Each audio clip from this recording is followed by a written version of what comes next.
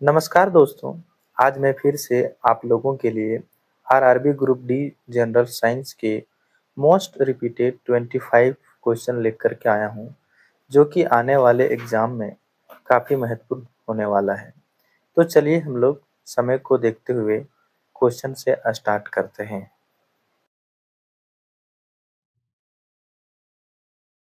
पहला सवाल यहाँ पे हमारा दिया हुआ है। पादप कोशिका भित्ति मुख्य रूप से किसकी बनी होती है? ऑप्शन ए में दिया हुआ है सेलुलोज, ऑप्शन बी में दिया हुआ है प्रोटीन, ऑप्शन सी में दिया हुआ है लिपिड और ऑप्शन डी में दिया हुआ है स्टार्च। तो यहाँ पर हमारा जो सही ऑप्शन है ये हो जाएगा ऑप्शन नंबर ए यानी सेलुलोज। अब चलते हैं हम लोग नेक्स्ट सवाल की ओर। नेक्स्ट सवाल यहाँ पे हमारा दूसरा है। यहाँ पे पूछ रहा है त्वरण का एसआई मात्रक क्या होता है? ऑप्शन ए में दिया हुआ है मीटर पर सेकंड, ऑप्शन बी में दिया हुआ है मीटर पर सेकंड स्क्वायर, ऑप्शन सी में दिया हुआ है मीटर इंटू सेकंड और ऑप्शन डी में दिया हुआ है केजी मीटर पर सेकंड। तो यहाँ पर हमारा जो ऑप्शन नंबर बी है वो बिल्कुल सही हो जाएगा, मीटर पर सेकंड स्क्वायर। क्यों? क्योंकि जो एक्सीलरेशन बराबर होता है वो क्या होता है, वेलोसिटी बटा टाइम होता है, यानी त्वरण बराबर वेग बटा समय होता है। तो वेग का एसआई मात्रक क्या होता है? मीटर पर सेकंड होता है और नीचे भी टाइम का क्या हो जाएगा, सेकंड। तो जब इसको सॉल्व करेंगे तो क्या हो जाएगा, मीटर पर सेकंड स्क्वायर। तो यहाँ पर हमारा ऑप्शन नंबर बी बिल्कुल सही ऑप्शन है। ठीक है, अब चलते हैं नेक्स्ट सवाल। नेक्स्ट सवाल यहाँ पे हमारा तीसरा नंबर है। यहाँ पे पूछ रहा है अम्ल नीले लिटमस पत्र को किस रंग में परिवर्तित कर देते हैं? ऑप्शन ए में दिया हुआ है हरा, ऑप्शन बी में दिया हुआ है पीला, ऑप्शन जो सी है वो हो रहा है लाल और ऑप्शन डी है वो हो रहा है गुलाबी। तो यहाँ पर हमारा जो ऑप्शन नंबर सी है वो बिल्कुल सही हो जाएगा, क्या? लाल हो जाता है। ठीक है, अब हम लोग चलते हैं नेक्स्ट सवाल की ओर। नेक्स्ट सवाल यहाँ पे हमारा 4 नंबर है। यहाँ पे पूछ रहा है मनुष्य की सामान्य कायिक कोशिका में गुणसूत्रों की कुल संख्या कितनी होती है? गुणसूत्रों की कुल संख्या कितनी होती है? ऑप्शन ए में हमारा दिया हुआ है 23, ऑप्शन बी में दिया हुआ है 44, ऑप्शन सी में दिया हुआ है 48 और ऑप्शन डी में दिया हुआ है 46 या 23 जोड़ी, है ना? तो सबसे पहले क्वेश्चन ध्यान से समझना है। यहाँ पे पूछ रहा है कुल कितना संख्या होता है। अगर जोड़ी बोलता तो हम लोग 23 में क्लिक कर देते, ये वाला ऑप्शन में हम लोग क्लिक कर देते।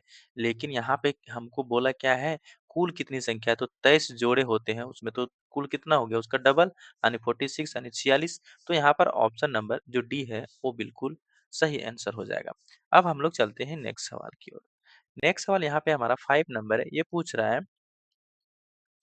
रॉकेट का प्रक्षेपण न्यूटन के गति के किस नियम पर आधारित है? ऑप्शन ए में दिया हुआ है प्रथम नियम, ऑप्शन बी में दिया हुआ है तृतीय नियम, ऑप्शन सी में दिया हुआ है द्वितीय नियम और ऑप्शन डी में दिया हुआ है गुरुत्वाकर्षण नियम। तो यहाँ पर हमारा जो ऑप्शन नंबर बी है वो बिल्कुल सही हो जाएगा, किसके द्वारा? तृतीय नियम के द्वारा। क्यों? क्योंकि तृतीय नियम क्या कहता है, जितना तेज से नीचे प्रेशर लगाता है उतना तेज ही ऊपर भागता है। प्रेशर से जितना नीचे फेंकता है, जो उसका फ्यूल डाला हुआ रहता है उतना प्रेशर से वो ऊपर की ओर जाता है। तो यहाँ पर ऑप्शन नंबर जो बी है हमारा वो बिल्कुल सही हो जाएगा, तृतीय नियम। ठीक है, अब चलते हैं हम लोग नेक्स्ट सवाल। नेक्स्ट सवाल यहाँ पे हमारा छठा नंबर है। यहाँ पे पूछ रहा है आवर्त सारणी में सबसे हल्का तत्व कौन सा है? आवर्त सारणी में सबसे हल्का तत्व कौन सा है? ऑप्शन ए में दिया हुआ है हीलियम, ऑप्शन बी में दिया हुआ है लिथियम, ऑप्शन सी में दिया हुआ है हाइड्रोजन और ऑप्शन डी में दिया हुआ है सोडियम। तो यहाँ पर हमारा जो ऑप्शन नंबर सी है वो बिल्कुल सही हो जाएगा, क्या? हाइड्रोजन। हाइड्रोजन गैस जो है वो क्या है, सबसे हल्का तत्व है पीरियोडिक टेबल में, है ना, यानी आवर्त सारणी में। अब हम लोग चलते हैं नेक्स्ट सवाल। नेक्स्ट सवाल हमारा 7वां नंबर है। यहाँ पे पूछ रहा है स्वस्थ मानव शरीर का सामान्य तापमान कितना होता है? ऑप्शन ए में दिया हुआ है 37 डिग्री या 98.6 फ़ारेनहाइट, ऑप्शन बी में दिया हुआ है 31 डिग्री, ऑप्शन सी में दिया हुआ है 40 डिग्री और ऑप्शन डी में दिया हुआ है 27 डिग्री। तो यहाँ पर हमारा जो ऑप्शन नंबर ए है वो बिल्कुल सही हो जाएगा, क्या? 37 डिग्री या तो 98.6 फ़ारेनहाइट होता है। ठीक है, अब हम लोग चलते हैं नेक्स्ट सवाल की ओर। नेक्स्ट सवाल यहाँ पे हमारा 8 नंबर है। यहाँ पे पूछ रहा है विद्युत परिपथ में धारा मापने के लिए किस उपकरण का उपयोग किया जाता है? ऑप्शन ए में दिया हुआ है वोल्टमीटर, ऑप्शन बी में दिया हुआ है गैल्वेनोमीटर, ऑप्शन सी में दिया हुआ है, क्या दिया हुआ है, ओमोमीटर और ऑप्शन डी में दिया हुआ है एममीटर। तो यहाँ पर हमारा जो ऑप्शन नंबर डी है वो बिल्कुल सही हो जाएगा, एमीटर। जो विद्युत धारा होता है इलेक्ट्रिक कोई परिपथ में, तो उसको किससे नापते हैं हम लोग? एम्पीयर से नापते हैं। तो यहाँ पे ऑप्शन नंबर डी हमारा सही हो जाएगा। अब चलते हैं नेक्स्ट सवाल। नेक्स्ट सवाल यहाँ पे हमारा 9 नंबर है। यहाँ पे पूछ रहा है हास्य गैस यानी लाफिंग गैस का रासायनिक नाम और सूत्र क्या है? ऑप्शन ए में दिया हुआ है नाइट्रोजन ऑक्साइड, ऑप्शन बी में दिया हुआ है नाइट्रस ऑक्साइड, ऑप्शन सी में दिया हुआ है नाइट्रिक ऑक्साइड और ऑप्शन डी में दिया हुआ है अमोनिया। तो यहाँ पर हमारा ऑप्शन जो है वो बी जो है वो बिल्कुल सही हो जाएगा। क्या? Nitrous oxide. नाइट्रस ऑक्साइड से क्या है, उसी को हम लोग बोलते हैं लाफिंग गैस। अगर किसी को नाइट्रस ऑक्साइड उसको अगर सूंघा दिया जाए, चाहे गैस उसको दे दिया जाए, तो वो क्या है, लाफ करने लगता है ना। चलो ठीक है। अब चलते हैं हम लोग नेक्स्ट सवाल की। नेक्स्ट सवाल यहाँ पे 10वां नंबर है। यहाँ पे पूछ रहा है मानव तंत्रिका तंत्र की मूलभूत संरचनात्मक एवं कार्यात्मक इकाई क्या है? मानव तंत्रिका तंत्र की। ऑप्शन ए में दिया हुआ है न्यूरॉन, ऑप्शन बी में दिया हुआ है नेफ्रॉन, ऑप्शन सी में दिया हुआ है साइटोन और ऑप्शन डी में दिया हुआ है एक्सॉन। तो यहाँ पर हमारा जो ऑप्शन नंबर ए है वो बिल्कुल सही हो जाएगा। क्या? न्यूरॉन। मानव तंत्रिका तंत्र के मूल मूल संरचनात्मक और कार्यात्मक इकाई क्या होता है? न्यूरॉन होता है। तो यहाँ पर ऑप्शन नंबर ए जो है वो बिल्कुल सही ऑप्शन हो जाएगा। अगला सवाल यहाँ पे हमारा 11 नंबर है। यहाँ पे पूछ रहा है तरलों में उत्प्लावन बल का सिद्धांत किस वैज्ञानिक ने दिया? उत्प्लावन बल किस वैज्ञानिक ने दिया था? ऑप्शन ए में दिया हुआ है पास्कल ने, ऑप्शन बी में दिया हुआ है बर्नौली ने, ऑप्शन सी दिया हुआ आर्किमिडीज ने और ऑप्शन डी दिया हुआ है न्यूटन। तो यहाँ पर हमारा जो ऑप्शन नंबर सी है वो बिल्कुल सही हो जाएगा। क्या? आर्किमिडीज ने। तो जो उत्प्लावन बल का जो सिद्धांत दिया था वो किसने दिया था? आर्किमिडीज ने। कहने का मतलब है जो हम लोग तैरते हैं ना, वो किस सिद्धांत से काम करता है, कैसे आगे पीछे जाते हैं, वो एक आर्किमिडीज जो वैज्ञानिक थे उसी ने दिया था। यानी ऑप्शन नंबर सी जो है वो बिल्कुल सही है। अगला सवाल यहाँ पे हमारा 12 नंबर है। यहाँ पे पूछ रहा है भोजन का पूर्ण पाचन मानव शरीर के किस अंग में होता है? ऑप्शन ए में दिया हुआ है आमाशय, ऑप्शन बी में दिया हुआ है छोटी आंत, ऑप्शन सी में दिया हुआ है बड़ी आंत और ऑप्शन डी में दिया हुआ है यकृत। तो यहाँ पर हमारा जो सही ऑप्शन है ये हो जाएगा ऑप्शन नंबर बी, छोटी आंत। छोटी आंत में ही भोजन जो है वो पूर्ण तरह से क्या हो जाता है, डाइजेस्ट यानी पच जाता है और वो गुदा के माध्यम से बाहर निकल जाता है। ठीक है। अब हम लोग चलते हैं नेक्स्ट सवाल की ओर। नेक्स्ट सवाल हमारा यहाँ पे 13 नंबर है। यहाँ पे पूछ रहा है साधारण नमक का रासायनिक सूत्र क्या है? ये वाला क्वेश्चन तो हलवा होता है, बहुत बार पूछा और सब लोग इसका आंसर देते हैं। ऑप्शन ए में दिया हुआ है KCl, ऑप्शन बी में दिया हुआ है Na2SO4, ऑप्शन सी में दिया हुआ है Na2CO3 और ऑप्शन डी में दिया हुआ है NaCl। तो यहाँ पर हमारा जो ऑप्शन नंबर डी है वो बिल्कुल सही हो जाएगा। क्या? NaCl। कोई पूछे कि कॉमन सॉल्ट का जो रासायनिक सूत्र क्या है, तो वहां पे क्या हमको मानना होगा? NaCl यानी सोडियम क्लोराइड। ठीक है। अब हम लोग चलते हैं नेक्स्ट सवाल की ओर। नेक्स्ट सवाल यहाँ पे हमारा 14 नंबर है। यहाँ पे पूछा है लेंस की क्षमता की एसआई मात्रक क्या होता है? ऑप्शन ए में दिया हुआ है डायोप्टर, ऑप्शन बी में दिया हुआ है मीटर, ऑप्शन सी में दिया हुआ है ल्यूमेन और ऑप्शन डी में दिया हुआ है वाट। तो यहाँ पर हमारा जो ऑप्शन नंबर ए है ये क्या हो जाएगा? सही हो जाएगा। यानी डायोप्टर जो होता है वो लेंस की क्षमता का ऐसा ही मात्रक होता है। यहाँ पे अगर पूछे कि लेंस की क्षमता का फॉर्मूला क्या होता है, तो कुछ नहीं होता। क्या होता है? 1/f यानी फोकस दूरी होता है। वन डायोप्टर भी बराबर होता है 1/1 मीटर फोकस दूरी, है ना। ठीक है। अब हम लोग चलते हैं अगले क्वेश्चन की ओर। अगला सवाल यहाँ पे हमारा 15 नंबर है। यहाँ पे पूछ रहा है रक्त के हीमोग्लोबिन में कौन सी धातु पाई जाती है? रक्त के हीमोग्लोबिन में कौन सी धातु पाई जाती है? तांबा पाई जाती है, मैग्नीशियम पाई जाती है, लोहा पाया जाता है, डी दिया है जस्ता पाया जाता है। तो यहाँ पर हमारा जो ऑप्शन नंबर सी है वो बिल्कुल सही हो जाएगा। क्या? हीमोग्लोबिन में जो है बेटा वो बोला जाता है ना कि आयरन पाया जाता है। इंग्लिश वाला सुनोगे, लोहा सुनने में थोड़ा अजीब लगता है कि मेरा जो बॉडी में है वो आयरन पाया जाता है। तो यहाँ पर हमारा ऑप्शन नंबर सी जो है वो बिल्कुल सही हो जाएगा। ठीक है। नेक्स्ट सवाल यहाँ पे हमारा 16 नंबर है। यहाँ पे पूछ रहा है जल का अधिकतम घनत्व किस तापमान पर होता है? जल का अधिकतम घनत्व किस तापमान पर होता है? ऑप्शन ए में दिया हुआ है 0 डिग्री सेल्सियस पर, ऑप्शन बी में दिया हुआ है 4 डिग्री सेल्सियस पर, ऑप्शन सी में दिया हुआ है 100 डिग्री सेल्सियस पर और ऑप्शन डी में दिया हुआ है -4 डिग्री सेल्सियस पर। तो यहाँ पर हमारा जो ऑप्शन बी है वो बिल्कुल सही हो जाएगा। क्या? 4 डिग्री सेल्सियस पर। 4 डिग्री सेल्सियस पर जो है बेटा वो क्या होता है, जल का घनत्व अधिक होता है, यानी जल का डेंसिटी अधिक होता है। ठीक है, अब चलते हैं हम लोग नेक्स्ट सवाल की ओर। नेक्स्ट सवाल यहाँ पे हमारा 17 नंबर है। यहाँ पे पूछ रहा है चूने का पानी क्या चूने का पानी का सही रासायनिक नाम क्या है?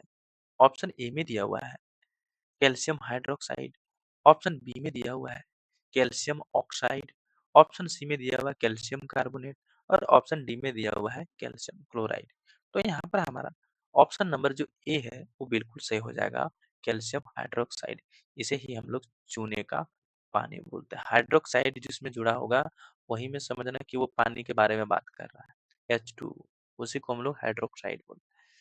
ठीक है, अब हम लोग चलते हैं नेक्स्ट सवाल की ओर। नेक्स्ट सवाल हमारा क्या है, 18 नंबर।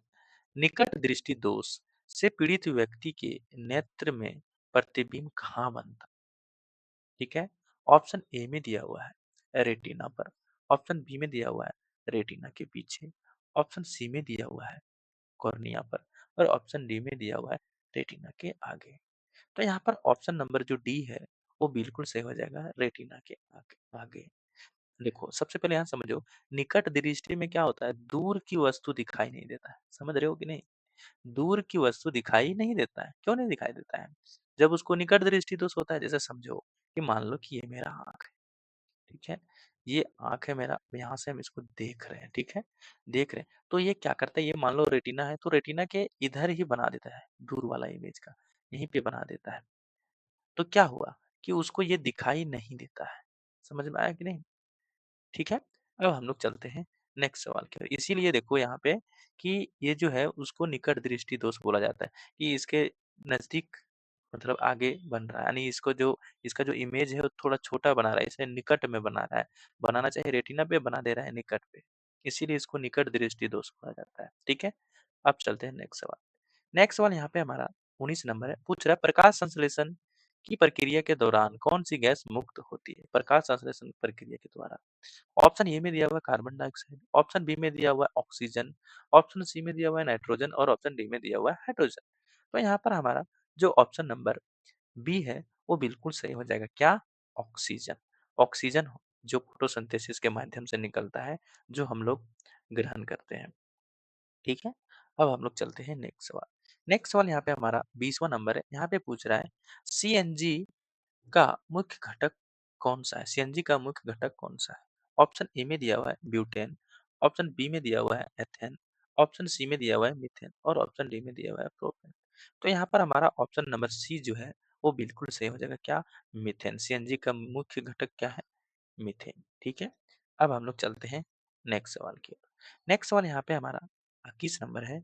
यहाँ पे पूछ रहा है, सॉरी एक क्वेश्चन स्किप हो गया क्या? नहीं, नहीं 20 नंबर ही पढ़े थे। क्या पूछ रहा है? किसी चालक का प्रतिरोध R उसकी लंबाई L के साथ कैसे बदलता है? मतलब पूछ रहा है कि कोई चालक का प्रतिरोध जब लंबाई बढ़ता है या घटता है तो कैसे बदलता है? पूछ रहा है जो चालक का प्रतिरोध है वो क्या होता है? समानुपाती होता है। ठीक है, व्युत्क्रमानुपाती होता है। तीसरा दिया हुआ है सी नंबर में अपरिवर्तित रहता है और ऑप्शन नंबर डी में दिया हुआ है वर्ग के व्युत्क्रमानुपाती होता है। तो हम लोग जो ओम्स लॉ जब हम लोग पढ़े थे तो उसमें हम लोग पढ़े थे कि जो चालक का जो गुण होता है वो क्या होता है, लंबाई, कोई भी जो मेटल होता है, जो धातु होता है, उसकी जब लंबाई बढ़ती है तो उसका क्या होता है, रेजिस्टेंस बढ़ता है। रेजिस्टेंस बढ़ने का मतलब है रुकावट बढ़ता है। तो यहाँ पर हमारा जो ऑप्शन नंबर ए है वो बिल्कुल सही हो जाएगा। क्या? समानुपाती होती है। समानुपाती का मतलब होता है कि जितना रेजिस्टेंस, जितना हम लोग इसका डिस्टेंस बढ़ाएंगे उतना ही इसका रेजिस्टेंस बढ़ेगा, रुकावट बढ़ेगा। ठीक है, अब हम लोग चलते हैं नेक्स्ट सवाल।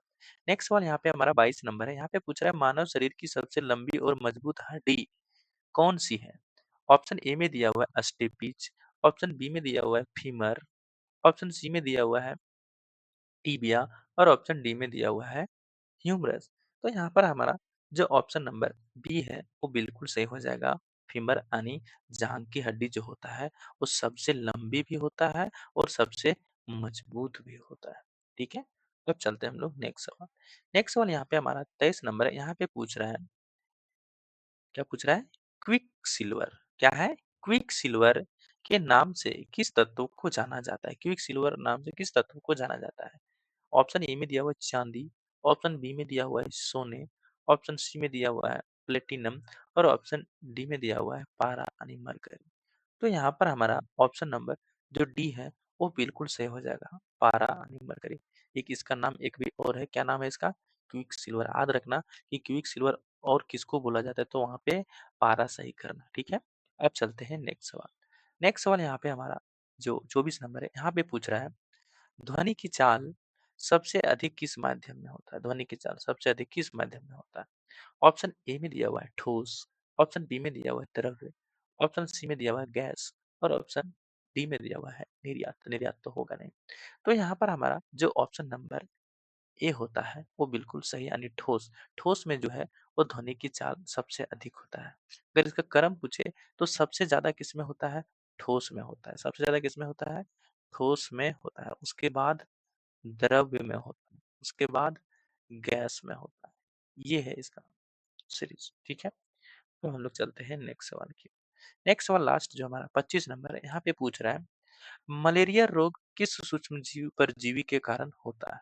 ऑप्शन ए में दिया हुआ है एंट अमीबा, एंट अमीबा। ऑप्शन बी में दिया हुआ है ट्रीपेनोसोमा, ट्रीपेनोसोमा। ऑप्शन सी में दिया हुआ है प्लाज्मोडियम, ऑप्शन डी में दिया हुआ है लिस्मानिया। तो यहाँ पर हमारा जो ऑप्शन नंबर सी है वो बिल्कुल सही हो जाएगा। क्या? प्लाज्मोडियम से ही जो हम लोग को होता है वो मलेरिया होता है। ठीक है, तो यहाँ पे हमारा 25 सवाल जो है वो समाप्त हो गया। बहुत इजी इजी सवाल थे। इसी तरह के जो क्वेश्चन है वो आरआरबी ग्रुप डी में पूछे जाते हैं। तो दोस्तों, इस वीडियो को अपने दोस्तों के साथ भी शेयर करें और वीडियो को लाइक जरूर करें। थैंक यू, धन्यवाद।